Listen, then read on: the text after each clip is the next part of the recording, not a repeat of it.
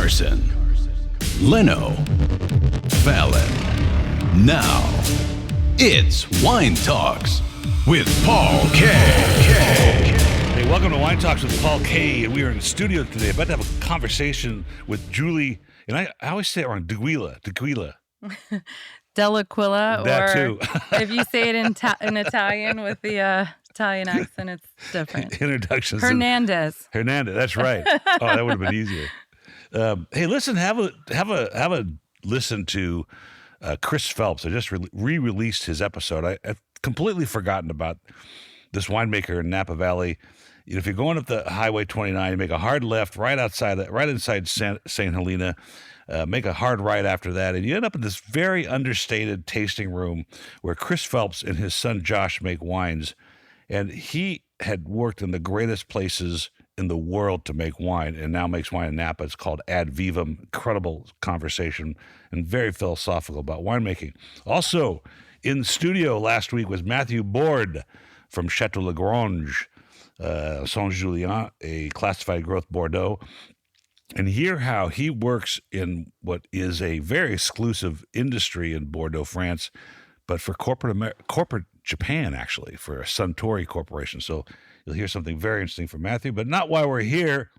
We're here to catch up with an old friend, I think almost a mentor to me, right? Really? And yes, and because of you, and I tell this story all the time, it's what business is about. Mm-hmm.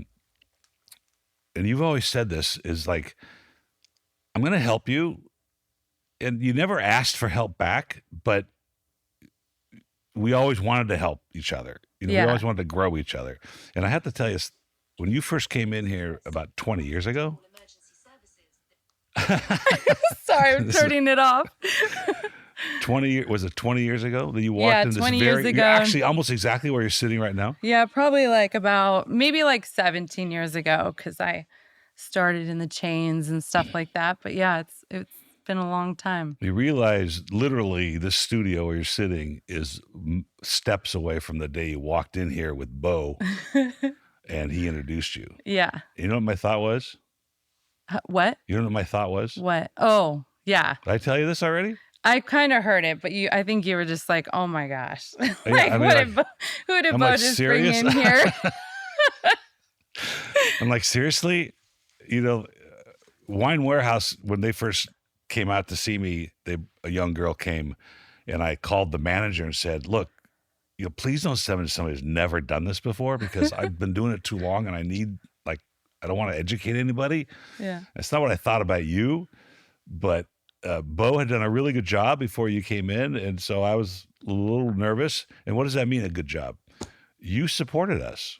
Well, it goes back to, this business is all about relationships. You can't do anything without starting with a relationship. And then as you grow, in that situation, and you're bringing in somebody, you have to have that foundation and that platform where you've built that trust, to where he could have brought me in through your relationship to be like, hey, give her a chance. Let her just come in and bring some wines. And I think our relationship has just been that, I'm sure that was the impression of me, but I think probably our first meeting, I brought in wines and I was just like, okay, what do you need? What price? How many cases? Right. I just was straight with you too, that I didn't know anything. I was new and I'm just learning. And, so you teach me, just tell me what you're looking for, the price, the profile, all those things that as a salesperson, you can narrow down, your suggestions and make it work. Not everybody's like that. I mean, sales is about matching what you have in your quiver to the customer's needs, and or creating the need in the customer's mind that what you have is important. So that's not natural, for one. Salespeople have to learn that. It took me 40 years to figure it out. And you were in, a very, very large organization. And for the listeners, the wine and liquor business is rather strict, or rather rigid in its format. There's not a lot of flexibility to run with. And then you add the layers of bureaucracy in corporate America, and it's even less flexible. Yeah. And so when did you get, I don't even remember having this conversation with you, but when did you get into working in this industry? Was it always corporate America? No, so this like whole industry fell out of the sky. It was so what happened was I'm in college. I actually wanted to act and model and do that. I went to Cal State Northridge. While I was there, I worked for, Quest Diagnostics, the Yes. laboratory. Yeah, right. I worked in the managed care department with all women, by the way.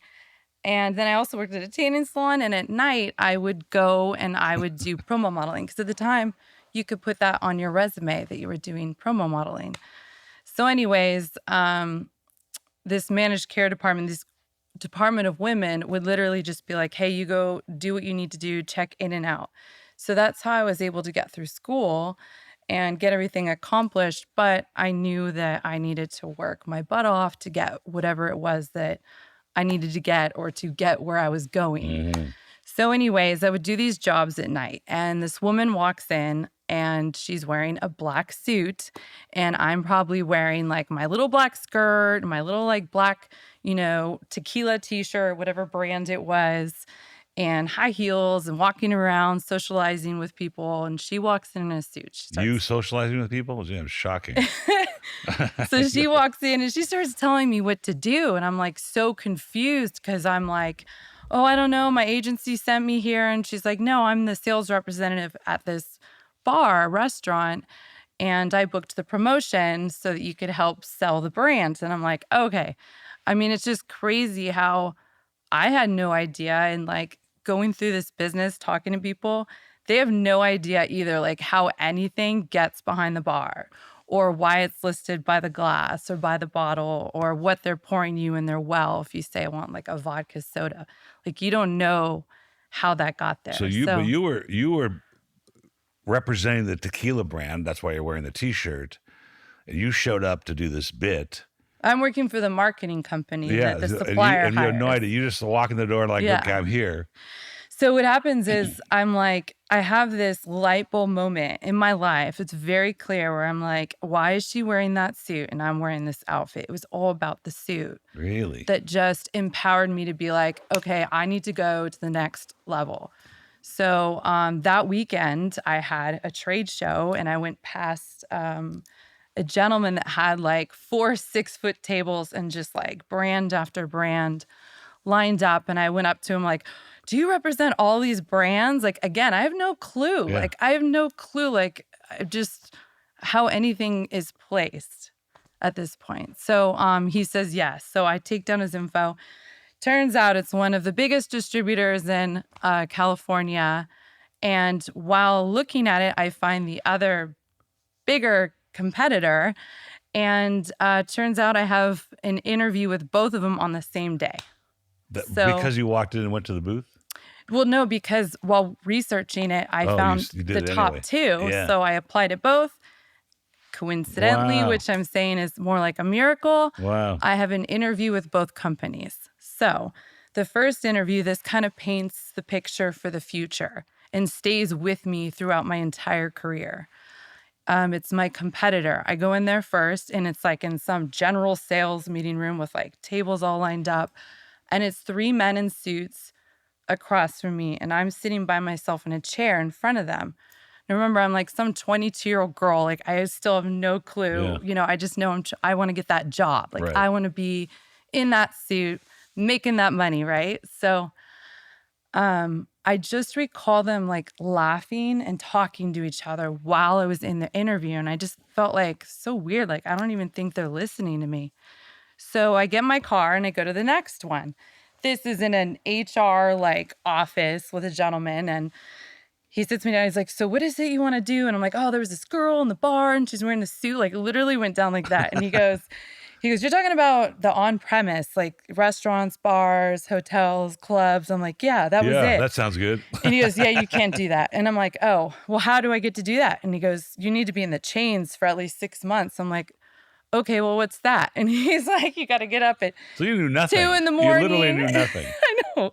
You got to get up at 2 in the morning and you got to stock the shelves and dust them and da, da, da. I'm like, okay, that's okay. I'll do that. And so he goes, hold on a second. He goes out. Another gentleman comes in. He starts asking me questions. They go out again. They come back in and they say, we like to hire you. So that company hired me on the spot. And How did that feel like right away? Did you expect that? And you were... I feel like I've always kind of just known my purpose. Like if I'm in the right moment, I just kind of, it's just like right now we're talking, like you're asking me questions and we're just having a conversation. And I'm sure it was just like that with them too. Versus the other environment where it was just like almost like, yeah, right. It was odd. That makes sense. Yeah. You said that suit thing. I want to go back to that just for a second. And I worked for corporate America. I worked for Xerox. It was the greatest sales organization in the world at the time, or one of them anyway. And one of my teammates, her husband owned a sporting goods store or worked at a sporting goods store. And he used to come to these events that Xerox hosted, and we'd all be wearing suits. And one day he pulled me aside. He goes, one day I'm going to wear a suit too.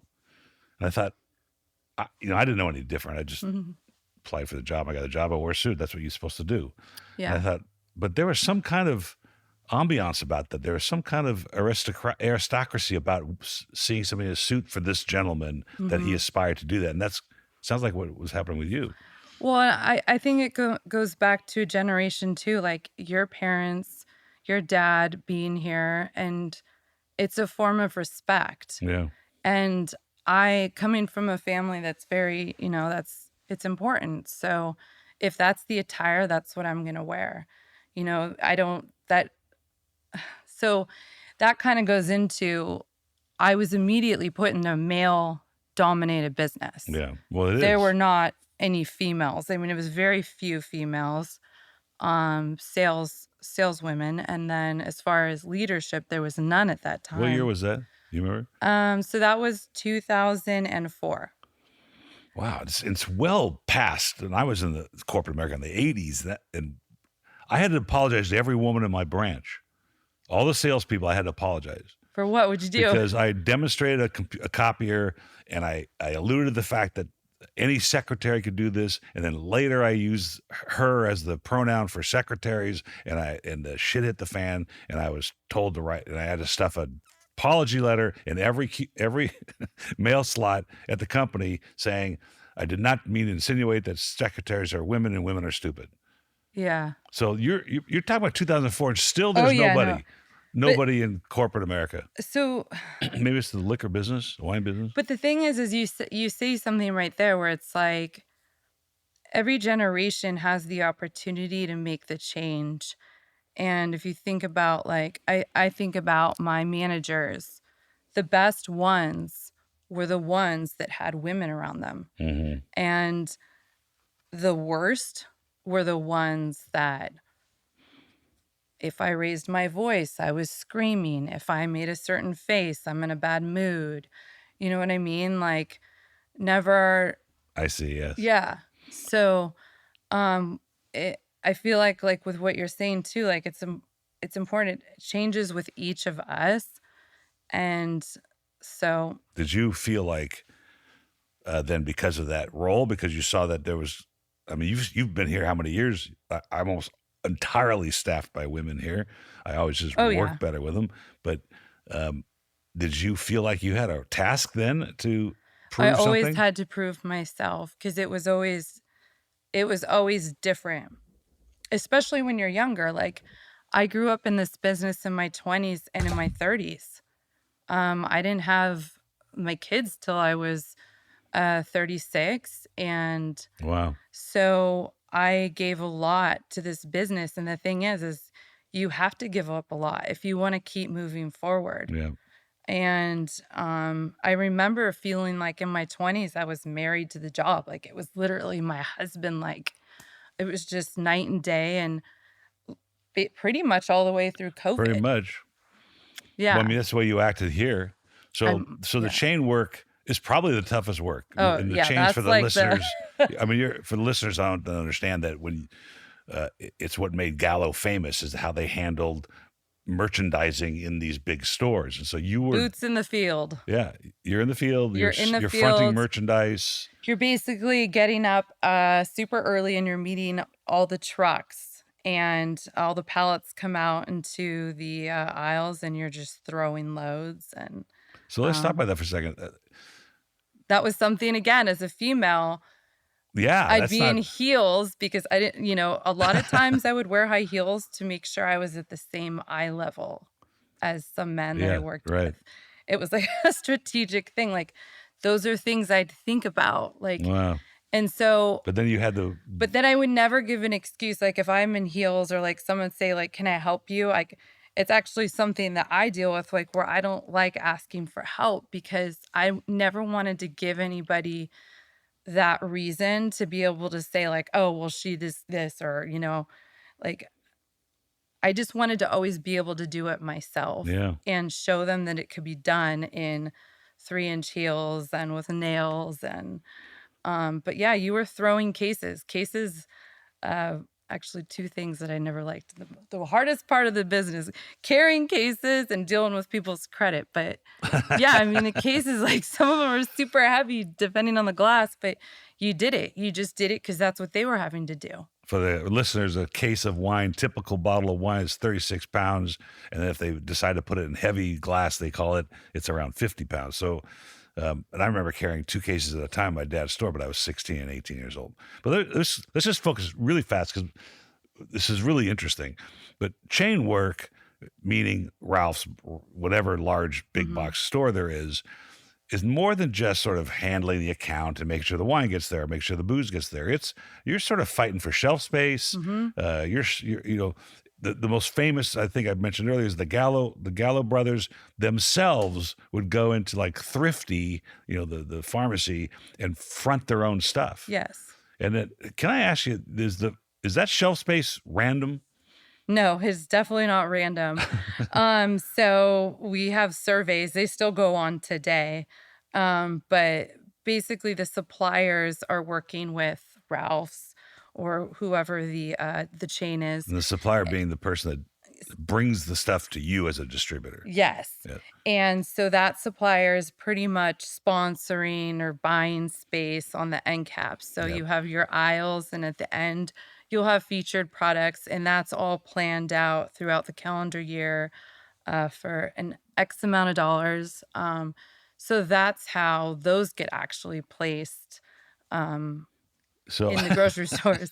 So I did the show with Mike Houlihan and Bonnie, and they established the brand Barefoot Sellers, and they're the ones that told me the stories about running into Ernest Gallo fronting merchandise, and they decided to copy him. But when he first came to me, and this is anecdotal, in 1989, he came to my office and he says, we have a Barefoot Sellers, wine. It's the Chateau Lafite, F-E-E-T, of the California wine business. And the guy left, and I called my dad. I go, this is the dumbest thing I've ever heard in my life. I can't believe he's trying to do this. And he ends up being the biggest brand in America. Okay, Yeah. so that's what I know. So you go through this chain part, and are you dying to get out of it to do the next level? Yeah, I mean, it's tough because you have all those big wigs coming in and wanting to make sure that everything that they paid for is in its space. That's right. And but that's, how you grow brands. So then I had to be in there for 6 months. And the first month I started, applying for positions. You try to find an area, a territory, where you're going to have anywhere from 40 to like 120 accounts. You usually want it to be somewhat in your backyard. Right. That took about a month, and one came up. And that's actually when I first met our good friend Melissa. Wow. Bo had cherry picked her right out of Buca de Beppo. And so I show up, and it was actually a funny thing because she wouldn't even look at me. Like, she knew who I was. But again, I'm walking in like, hello, That's funny. And so she got the job. And, but it was crazy. Again, another miracle, another position opened the next month. And then Bo hired me that month. I didn't realize that Melissa has such pedigree. Been working at Buca de Beppo. Hey, she is literally She's a hustler. She's great. the best in she's the best in Cali for sure. So Bo hires you. So when you came here, you were working for Bo, or you were Yes. So basically, I started in the chains, and then I got hired on with Bo as a sales rep in the union for the on premise. So I had like Burbank, Glendale, restaurants where they pour stuff, clubs. Yeah. So it was a lot of fun because Pasadena at the time, like it was a great time. Again, Melissa and I were like in our 20s and 30s, and we just went out, and goes back to relationships. We would go there, support our accounts, come through with whatever anybody needed the next week, and just grew the business. And that was a new learning curve for you. Yeah. And you're still, what, 10 hours a day, 12 hours a day? Oh, yeah. I mean, it's crazy. You're starting early in the morning because you have to plan out your day. What does it need to sell, your goals, all that kind of stuff, quotas. And then you're taking care of any unfinished business, and you're just hitting the field and just seeing as many people as you can, throughout the day. So let's delineate for the listeners so they understand, because I think by design, and really no reason for the consumer to understand that, but when you walk into a restaurant and you're handed that wine list, that's not by accident. And if you order vodka on the rocks, like you said earlier, or something, that's coming from the well, which is the what they call the main pour of that store. But if you call a drink, you ask for something in particular, like Belvedere or something, then that's a different level. Tito's. Still pumping Tito's. So for the listeners, all that is organized by people like you coming in and saying, look. And our relationship. Yes. So just like if a consumer had a relationship with an owner and they like to drink something specific, the owner brings it in, right? Yes. So for the Good salesperson, it's the relationship. I mean, that's it. I mean, that's basically the recipe to anyone's success in this business. But how do you build that relationship? It's just doing trust. what you say you're going to do? Is me showing up saying, Paul, you're way more versed in wine and spirits than I am at the time that I met you, and even still now, and just being honest about who you really are and what you're capable of doing. I know that I might not be able to talk about it, but if you tell me something specific, I'll make sure it's the right thing. I'll research it so I can come back and talk about features and benefits, and then get you the price point you need. And then that just builds trust, showing up again and again.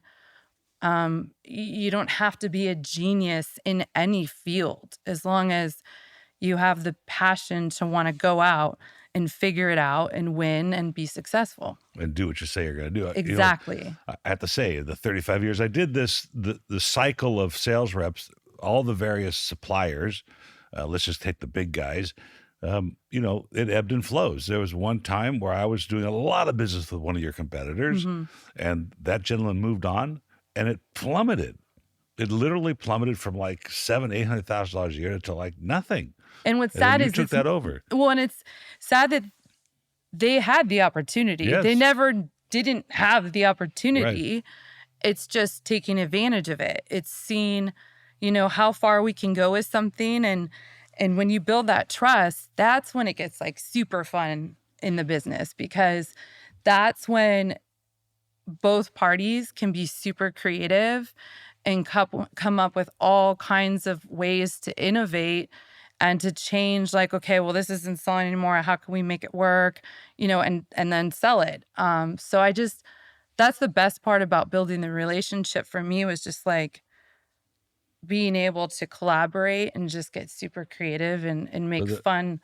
Because we all have to move boxes, No, you're right. But we both have to move boxes. So if you can't move that box for that reason, like, we need to figure out why and fix it. There was the success that you had here, and I want to get into the gender-specific problems that you encountered, but it always seemed to me, and I, of course, don't know the inner emaciations of corporate wine and distilled spirits America, but it was always obvious, particularly with the volume that we were buying, which was quite a bit at our peak. I mean, we were buying 800, 700, 800 cases of wine at a time, that it was your fearlessness inside the company. Yes. Like, how much work you're going to put into doing this for Paul, and then trying to do it. And you were successful, I'd say 90% of the time when I needed something from you, you'd pull it off. Yeah. And not knowing how high up the ranks you had to go to do that.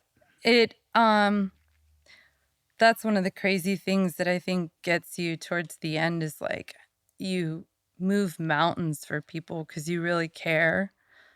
And I think that's what kind of like, it gets to be a lot, but that's what you're doing. You're literally, you have to start selling to your own company. Yeah. I got to sell to the credit department that the order's going to release and he's going to cut a check. I have to, tell the inventory person, yes, like I have to line up everything that here's a contract that he's going to take the 700 cases. I'm having to sell to everybody to get it done.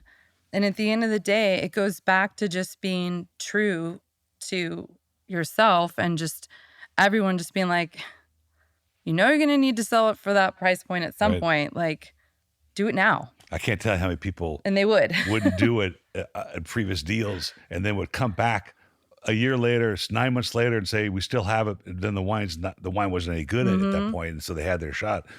So, inside selling, it's corporate America. We've got hierarchies. We've got to go up the ladder. We have to go to the supplier sometimes. Like Paul's, they're going to buy this wine, like the Hess. You remember the Hess shirt-tail Cabernet? I mean, that was like an incredible price, right?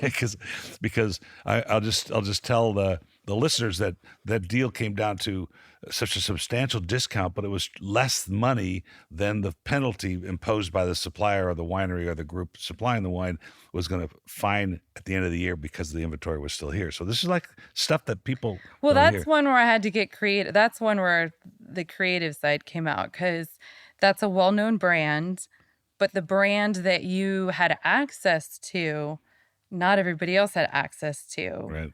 Because it was a restaurant, right? So true. That was a selling point for me to be able to go to them to be like, how cool is this that we're going to get this wine in 200 homes and they're going to see the brand name, right? And those impressions. And more so that's like, what I'm selling too. 12,000 homes. Impressions. 12,000. So this is not an easy task. I mean, for a male, not an easy task. Like I said, I worked at corporate America. I totally understand the hierarchies and the outlooks, the 30-day, 60-day, 90-day outlooks, the brand. What are you doing with this account? I know all those conversations. I know them well. But you're one of a few women that are in the street fighting for this position. And you talked about earlier how it was married to the job. Yeah. I mean, that sounds like it anyway, but tell me about headwinds, not to say disrespect, and I don't mean the kind of thing, but that extra effort it took because you're a woman. Definitely, it first starts with appearance. So I can't tell you how many women, it's funny. I feel like in a way, as much as want to empower women, at the same time, I'm like, but you got to play the game. Okay. And especially when you're in sales. So for sure, when you show up and it's for men, don't give them limp hand shake. Like, give them a hard handshake, look at them in the eye, and let them know you're ready to rock and roll. Like, is that against the grain, do you think? For most women? I don't think that they think like that. Yeah. And I think it comes from being an athlete, and being very competitive. I'm very competitive, wanting to win. And you have to have that in you. No one can teach you to do that. I mean, at the end of the day, you're going to either grab someone's hand and give them a firm handshake, or you're not. I know men that don't do that. Yeah. And it's a first impression for me. Side note, real fast, because we're talking about acting. Yeah. And there's this one methodology called Chubbuck. And I've been reading her book, and it's exactly that. It's like, you have to embrace that you want to win, whatever role you're playing and whatever emotions you're pulling back or pulling from. It's basically about winning your objective as the actor, whatever your role is in this job Mm-hmm. and this overall thing. I thought, and when you said that, I go, wow, that's really what it is. It's like if you're not motivated to, it's not win like, you don't mean winning by cheating somebody else. You mean winning by accomplishing your goal. Well, you have to stay ahead.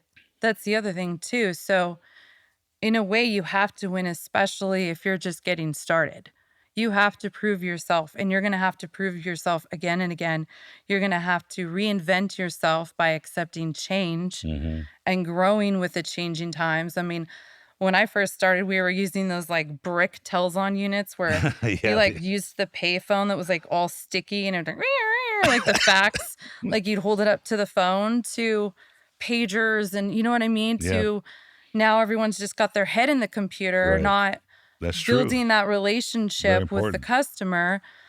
So it has to do with you just accepting change and rolling with it, because in this business, it continues to change. It also repeats the past too, and just, reinvents the wheel. But anyways. How long was it before you felt like, or did you ever feel like absolutely accepted by the rank and file and the management? So that goes back to what I first mentioned when we started. It goes in waves, because if you are working for a manager that doesn't accept the opinion of women or accept how a woman got something done, it's going to be a different experience versus a manager who takes a step back and says, go. Like, just go, be you, rock and roll. Let me know what you need, any support, anything like that. And then you got your suppliers behind you too.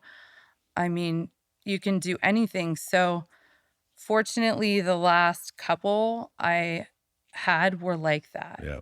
And it made it easier for me to retire, because at that point I felt like I had broken every glass ceiling I could break and done everything that I could do there. And my purpose and my time was done. And I needed to move on to taking care of the kids. I have to tell you, Sandra and I talk about this, my wife and I talk about this all the time for the listeners, that when we retired was the same day you retired. Oh, yeah. March 31st. Wow. Right? Oh, yeah. Mine was April 3rd, but yeah.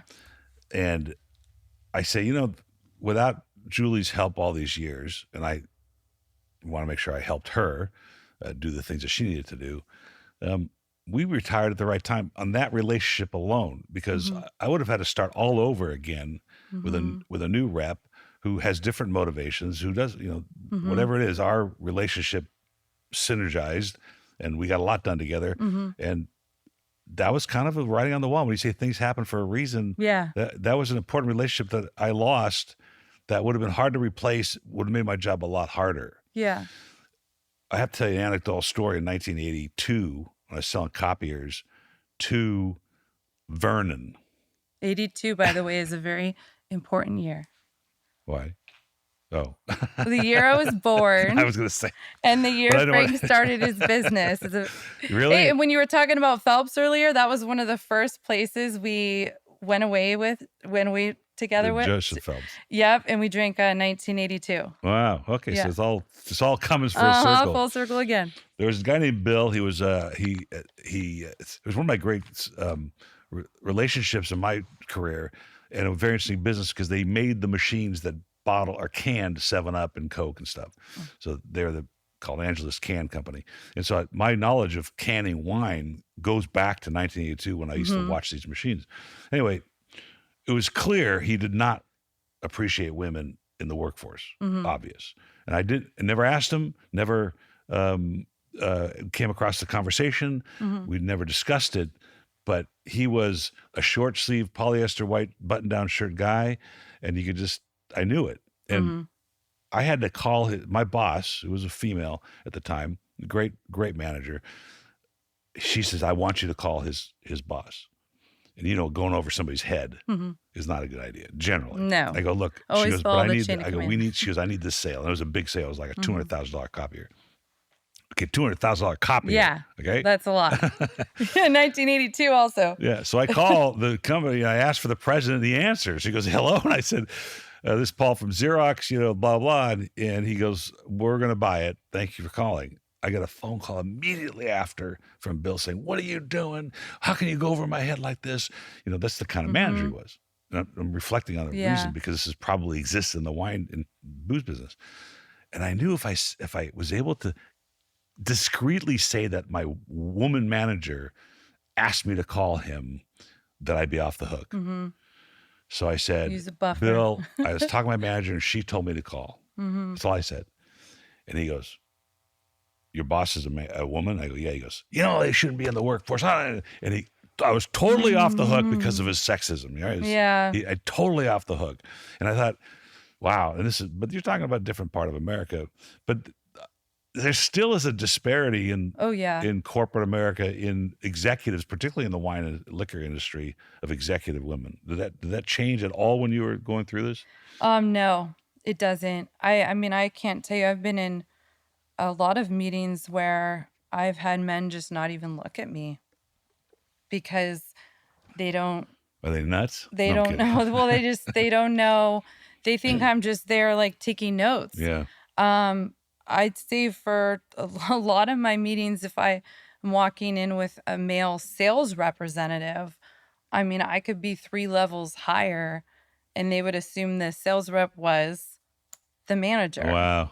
And they would always have to correct the buyer to say, actually, this is, she's director, or she's a division manager, whatever it was at the time. That happened a lot. That's amazing, really. Yeah. So let's say now you've done this, you were very successful. You were put in charge of some rather important, what they call allocations for the listener. If there's only so much available to the whole country, then each market area gets so many bottles of whatever it is, whether it's bourbon or wine or whatever. And you became in charge of some of this high level allocations. Yes. Was that a promotion at that point? Or nobody else wanted to do it. Yeah, it's definitely a job everybody wants because, I mean, you have access to the best of the best, and they are extremely limited. And I think COVID changed a lot of it. But there were bottles that sometimes I would get like 3 bottles for all of Southern California or my region. And I'd have to allocate them out to the right buyers. And it was tough. It's a tough job. It's really tough. But was that a promotion inside the company or just added to your job list? Oh, okay. So I went from on-premise sales representative, then I became a key account manager, and then I became a division manager, and then COVID hit, and I became a director of sales. So that was my last. That's where that job became. Yeah. So when did you say how old are your kids now? 4 years old? They're 7. They're 7. Yeah. Wow. Triplets. So when did it hit you that, wait a minute, I can't do it all? Having the triplets, which is not easy for anybody, let alone a full-time mom. But you weren't a full-time mom. You were working in the streets. And this is a very demanding job still, district manager. When did you start thinking that? Well, it's in that business, you're out late all the time. You're doing several dinners a week. You're playing golf a lot, which is awesome. It's fun, but when you're out, everyone knows it slows you down. You can't do what you could do if you were in the office or out in the field. So there's a lot of trips away, a lot of nights staying in other counties, for example. Lots of alcohol, amazing food. So I mean, there's a lot of perks and stuff, but you're away and you're not present with your family or with maybe yourself, and taking care of yourself. And I think what happened was I got into that director position and I saw that there was nowhere else to go. And it's funny, like when you want to work on your career and you want to continue growing and making more money and climbing that ladder, it really is like a chess game. You have to think a couple steps ahead. And what happens if this person goes here, or this happens, or they realign this division or take away these positions. So it's just a lot of thinking ahead and planning. But I feel like every move I made was done for a certain reason at the right time. And when COVID hit, they furloughed everybody. So there was just a few of us left. And I never worked so hard in my life when I thought I had already worked so hard. Like, Yeah. I feel Wow. like I'd already, even when I was pregnant with the triplets, like I won manager of the year that year. Wow. And like, so I felt like I'd just done everything I could. And that business, everything shut down. Like LA is still recovering from it. If you drive down there, they're still all Hmm. boarded off. Hmm. And so going through that was hard because it was from basically 6 a.m. to about 2 a.m. No joke, because it was dealing with people's credit and trying to get them up and running again because they had been closed. They hadn't had a liquor order since St. Patrick's Day. So it was just a crazy time. And then I had a dinner one night with a female executive, very few, but this one runs quite a few states. And I was overhearing her talk about her kids. And I said, "Oh, you have 2 kids?" "Yes." "Oh, who's taking care of the kids?" "Oh, my husband." "Oh, okay. Does he stay at home?" "Yeah, he stays at home." So I'm just like putting this all together. And, they say like, I don't think you can have it all because you can't give everything 100% of yourself. Right. Like you can't be present for everything. It's like the same as they say multitasking really isn't like efficient. I'm a multitasker, but they say it's really not efficient because you're not giving that one thing everything and you're not just finishing it. So I wanted to be more present because if it's not your significant other doing it for you at home, it's somebody else and it's not you. And And if your husband is a thriving electrical business, so I mean, yes, he's not he's home. very successful business.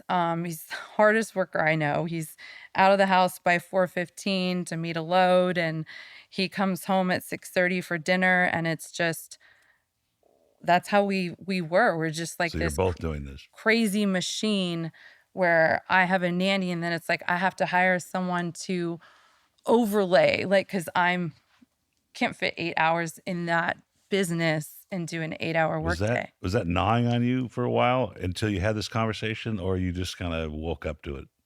No, this is something I had actually been asking, for years. And you kind of you have to wait for the right moment for your family Yeah. too, for it to make sense for the family to do that, to step away from a very great position, Hmm. Well, there's obviously the salary and the work. There's That's obviously expense motivation. accounts, Yeah, you're eating at the best places, you're drinking the best stuff, yeah.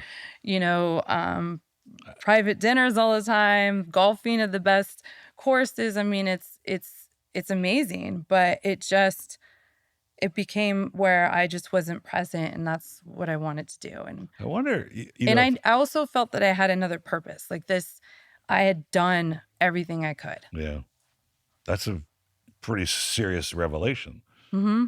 to try to reflect on that. And we only have one pass through here, so you want to maximize that value. And I was thinking that I had a winemaker tell me once, man, I eat the best food, I go to the best places, I drink the best wines, I meet the most amazing people. But his comment was, I don't make a lot of money doing this.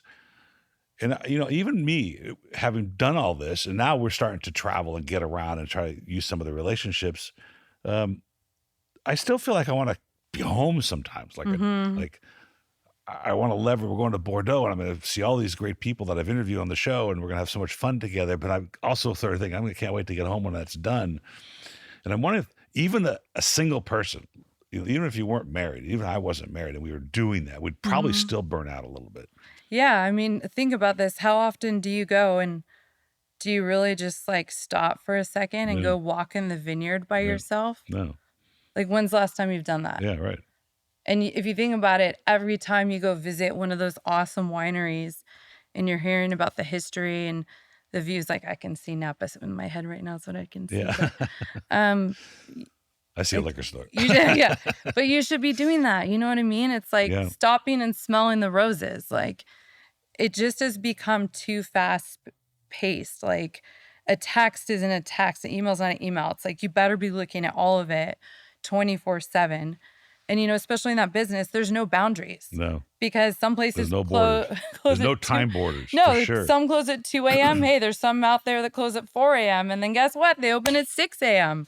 So and restaurateurs aren't exactly the nicest people when it comes to respect of your time and your family. No.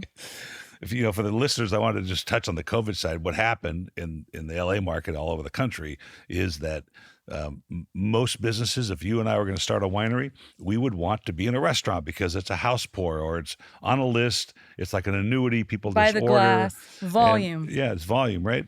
And when the COVID shut down all the restaurants, then 80% of the businesses, suppliers, I think your competitor put like 200 people on the street or something ridiculous. Yeah. So, but it didn't matter because there was nothing we could do.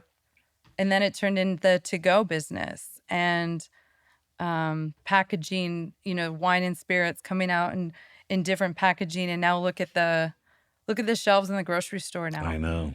And they always say the on-premise builds brands. We talk about that a lot, like in this business, and it's true. There's an entire aisle now of canned wines, spirits, pouches, all kinds of things like that. You were very funny during this process. And you were self-admittedly, and you probably would do it today, but I would try to teach you something about wine, and you'd go and you would, one ear and out the other. And except for when you talked about like your family and and I love those stories. There's so much history. Go, okay, so how can I make this deal happen? Yeah, can we just get to how many cases and what's the bottle cost I need to get to? And does it have to be Stelvin or Cork? Right, all the rest of the stuff that's going on. So are you happy that you did this? I'm very happy.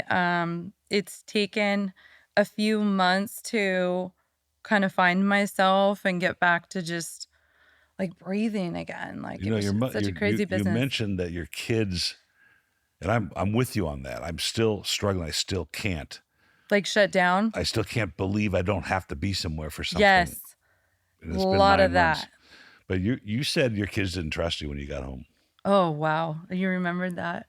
Yeah, I'm actually still dealing with that. Really? And I think it has to do with just, again, you're not fully there. You're not present. You have a team of people that you trust and that you've overly communicated as much as you can and shown them as much as you can. But at the end of the day, it's not you. And, there's a lot of times where it's like, oh, yeah, I'll try to be home at 8:30. Like, I want to rush it. And I'm sitting there with owners of brands that have just flown in. And, and now they're, their head of PR from New York is here. And I'm sitting right next to them. And it's now going to be midnight. Every time you did that, how did you justify it? Like, you're sitting with this guy, and I know exactly what you're talking about. And you're chomping at the bit because you know that the kids are doing whatever, or Frank's doing whatever. How did you justify it at that moment? Did you just go, I just got to get through this? Well, that's where the trust is lost, because I know that I have a support team that's going to, get him into bed and read him a book and do all the things that I wanted to do.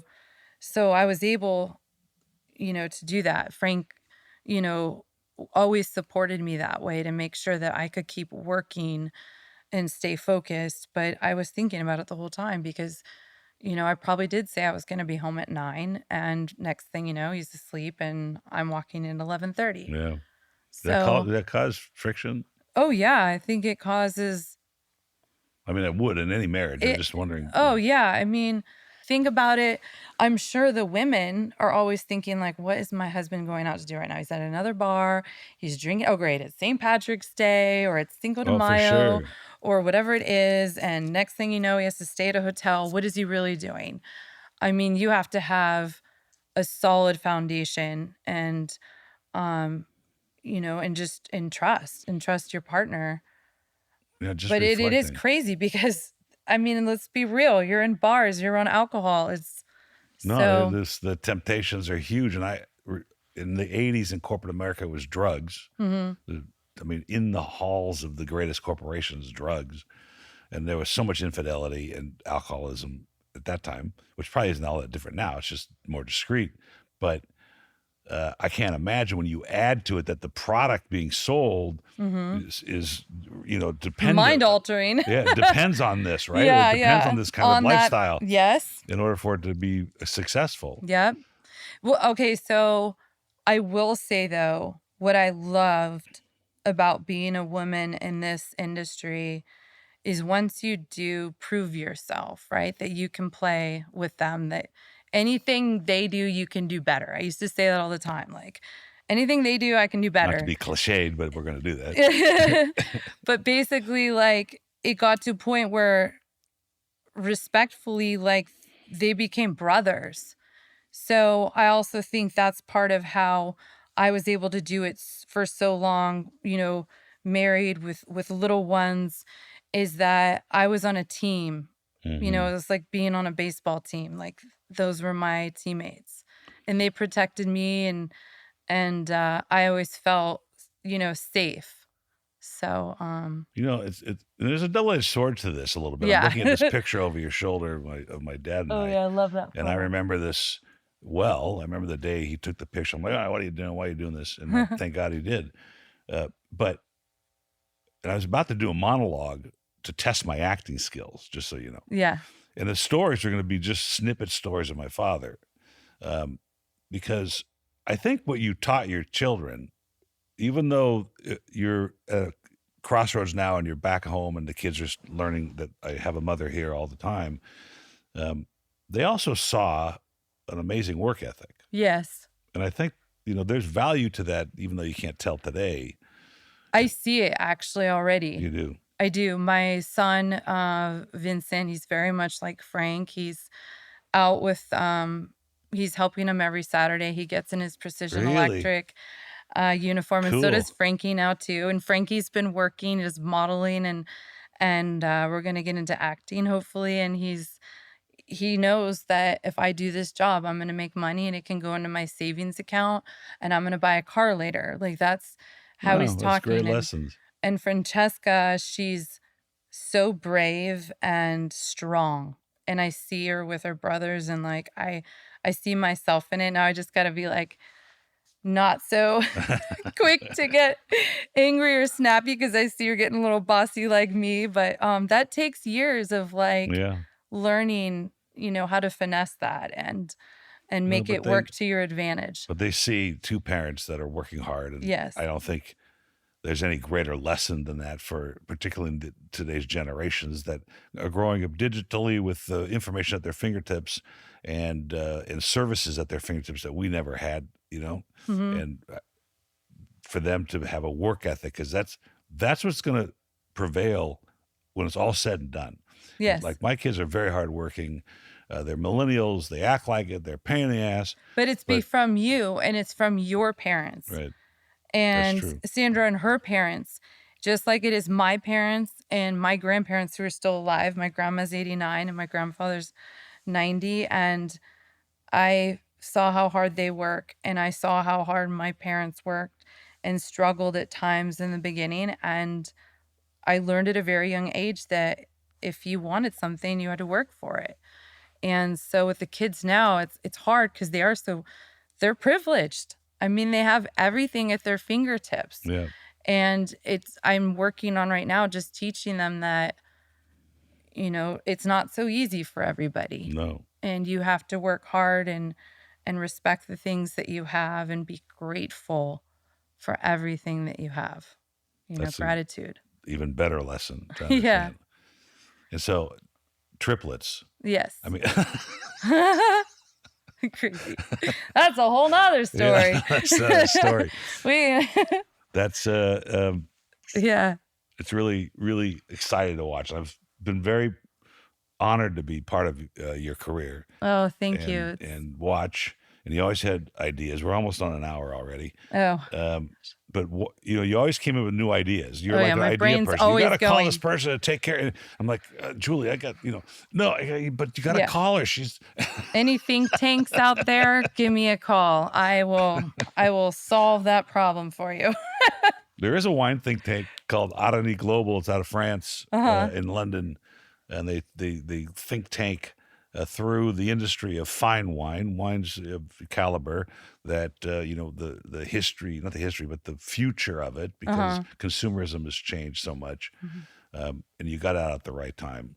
Yeah, I mean, you really did, and I feel extraordinarily fortunate to have gotten out with a deal like this. So yeah, no, it's very exciting. I'm happy for you, and yeah, you're lucky that after what was it, the day after Christmas, the Stanley Cup. Did you see all the feed where the kids were getting Stanley Cups for Christmas? Oh, yeah, it was like the hot right. gift.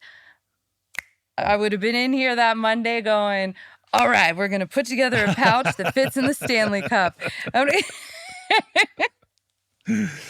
So thank goodness. Thank goodness.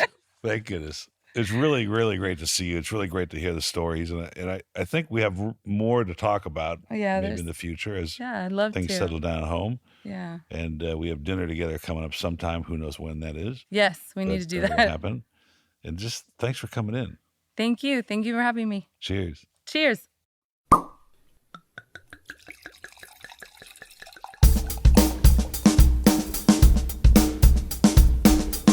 Thank you for listening to Wine Talks with Paul Callum-Carey. Don't forget to subscribe because there's more great interviews on their way.